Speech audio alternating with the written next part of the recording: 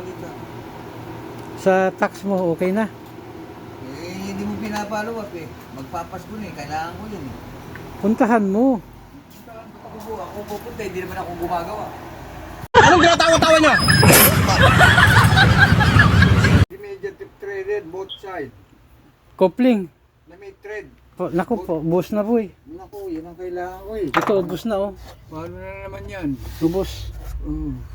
O di yan ang mabili, Angel. Ba't yan na naman ang kulang sa'yo? Nag-order na kami, kaya lang hindi pa dumating. Yung mga ano ibigay, huwag ka magtatambak na hindi yun matumal. Oo nga eh. Tambak mo yung mabili. Oo. Bihira, kamukha niyan, bihira ay bumibili niyan. Oo nga, tama ka. Mapapansin mo yan, sayang lang. Naimbak, di ba? Oo, nakaimbak. Eh, samantalang yung nabibili, yun ang itambak mo dyan. Yung hindi, kita ka dyan. Buti boy, alam mo ang sitwasyon ano. Wala yung sabihin ako, Angel. Sabagay, may experience ka naman sa hardware, di ba? Kasi nga, kung magbibusiness, alam ko yan.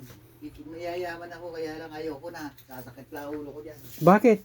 Eh, hindi ko na kailangan yun, Angel.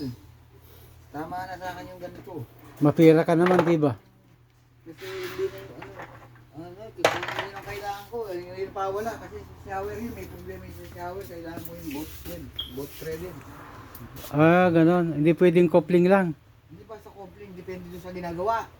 Angel, Ganon. pag hindi mo alam yung takbo ng trabaho, wala yan. Walang magkakaproblema. Ibig sabihin boy, plumber ka pa, electrician pa. Dapat alam mo yung takbo ng ginagawa mo. Hindi pwedeng basta ka lang pag-iisipin mo yan kung alin ang maganda, kung alin ang mali mo. Ibig mong sabihin boy, jack of all trade ka. Ay, naku, yan ang hindi ko alam. Hindi ko muna tingin tayo dito. Angel, sabi ko sa'yo, yan ang mga, pag nawawala yung nag-i-end. Nice. Ibig sabihin boy, magaling kang plumber. Hindi naman ako sa magaling, nagagawa ko siya. Naunawaan mo lang. Oo, siyempre pinag-aaralan ko yan. Plumber ka na, electrician pa, saan ka pa? Talagang, Kaya pala gustong gusto ka ni amo mo dahil jack of all trade ka. paano yung gagawin ko na yun? Hindi na yun. Malaki siguro ang sahod mo dyan boy.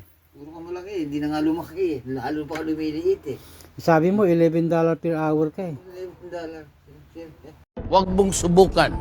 Masisira ang buhay mo. Ganda na wala. Magkano ngayon boy ang sahod mo dyan sa kampanya nyo? Sinisweldo ko na alapang sa is. Sabi mo $11 per hour ka. $11. Siyempre, magbabayad ako ng tax. Oh, ayun, pwede mo hindi ako magbayad ng Isang cheque, ilang magkano?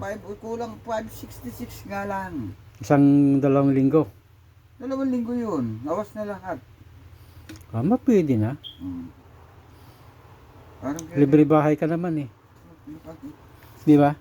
Hindi ako magbabayad ako ng bahay. Putang na sila na mamahala sa business nila. Kaya yan. Pero mga umagat hapon eh, nagsisindi ako ng ilaw, nagpapatay ako na, nagchecheck ako ng tubig, responsibilidad yan. Angel. Ibig sabihin na after work nagtatrabaho ka pa. Hindi, pero pag hindi mo naman takbo ng trabaho, minor ng problema lang, tapos sisingilin pa ako, bigay na nila sa kanila, iba yung trabaho na yun, kung kaya, baka kayanan.